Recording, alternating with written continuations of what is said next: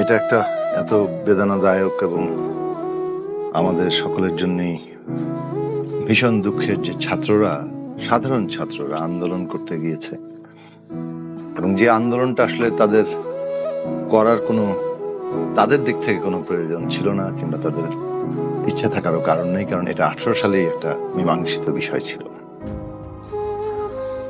সেই আন্দোলন তারা শান্তিপূর্ণভাবে করছে এবং সেই আন্দোলনের শান্তিপূর্ণ আন্দোলনে আমরা আজকে যেভাবে হামলা চলছে অনেকদিন ধরে, এবং আজকে যে হামলাটা হলো ছাত্রদের উপরে পুলিশের সরাসরি কাছাকাছি থেকে গুলি করে কিভাবে রংপুরে আবু সাইদকে হত্যা করা হলো এবং সর্বসাকুল্যে 7 জন নিহত হয়েছে বলে আমি শুনেছি, সর্বশেষ খবর। তো সারা ঢাকা সহ, আমি ঢাকায় নিজে বেশ কয়েক জায়গায় আমরা এটা দেখেছি প্রত্যক্ষভাবে যে কিভাবে গতকালকে, তার আগের দিনও, বিশেষত গতকালকে থেকে শুরু হয়েছে যে সারা ঢাকা এবং অন্যান্য জায়গাতে ছাত্রলীগের নামে নানাভাবে এক ধরনের পেটোয়া বাহিনী, হেলমেট বাহিনী তাদেরকে জড়ো করা হচ্ছে এবং তাদেরকে দিয়ে ছাত্রদের উপরে হামলা করানো হচ্ছে। ছাত্ররা তো আন্দোলন করছে, আন্দোলন করতে গেলে ছাত্ররা জমায়েত হবে। এই আন্দোলন যেহেতু সাধারণ ছাত্রদের, হাজার হাজার লক্ষ ছাত্ররা যুক্ত হচ্ছে, তারা যেখানেই জমায়েত হবেন সেই জায়গাগুলো কিছুটা বন্ধ হবে। তো সেইখানে সেই আন্দোলনে তারা হামলা করবে, অথচ ব্যাপারটা, ছাত্রদের দাবিটা খুবই পরিষ্কার ছিল যে আপনারা কোটা ব্যবস্থা, এই যে পুনর্বহাল করার একটা প্রক্রিয়া চলছে, সেইটা তারা দেখতে চায় না। তারা কোটা ব্যবস্থার সংস্কার চায়, যেটা 18 সালের দাবি ছিল, এবং এই সংস্কারের জন্য সরকারের দিক থেকে উদ্যোগ গ্রহণ করতে হবে। এখন সেই দাবিতে তারা আন্দোলন করে যাচ্ছে। তার জন্য যতটা সময় শেষ পর্যন্ত এটা না হচ্ছে, সেই পর্যন্ত তারা আন্দোলন চালিয়ে যাবে। আন্দোলন করে যাওয়া তো তাদের অধিকার। সেই আন্দোলনের উপরে হামলা করতে হবে কেন? সেই আন্দোলনকে একটা উস্কানি দিতে হবে কেন? এবং তারপরে এইভাবে হত্যা করতে হবে?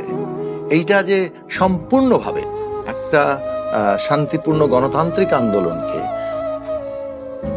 একটা নির্দলীয় আন্দোলনকে, যেখানে কোনো দলের জায়গা নেই, সমস্ত ছাত্ররা যে আন্দোলনের সাথে যুক্ত হয়েছে, সেই আন্দোলনকে সরকার একটা পরিকল্পিতভাবে হামলার দিকে নিয়ে গেল।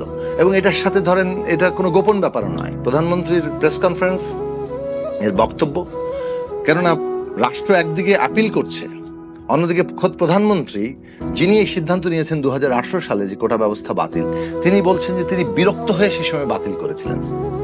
ছাত্ররা তখনও কিন্তু সংস্কারের দাবি করেছিল। এবং প্রধানমন্ত্রী তিনি বলছেন যে যেভাবে হোক প্রশ্ন এসছে, এবং প্রশ্ন এসে রাজাকারের নাতিপুতি আর মুক্তিযোদ্ধার নাতিপুতির তুলনা হচ্ছে। রাজাকার আর মুক্তিযোদ্ধার যে তুলনা, তার নাতিপুতির তুলনা কি এক হয়? একজন মুক্তিযোদ্ধা বাবা, তার যে কীর্তি, তার যে ভূমিকা এই দেশের জন্য, নেসেসারিলি কি তার ছেলে মেয়ে একই ভূমিকা রাখবে? অথবা একজন রাজাকার 1971 সালে যে দেশের বিরুদ্ধে অবস্থান নিয়েছেন, নেসেসারিলি তার ছেলে মেয়ে একই রকমই ভূমিকা রাখবে?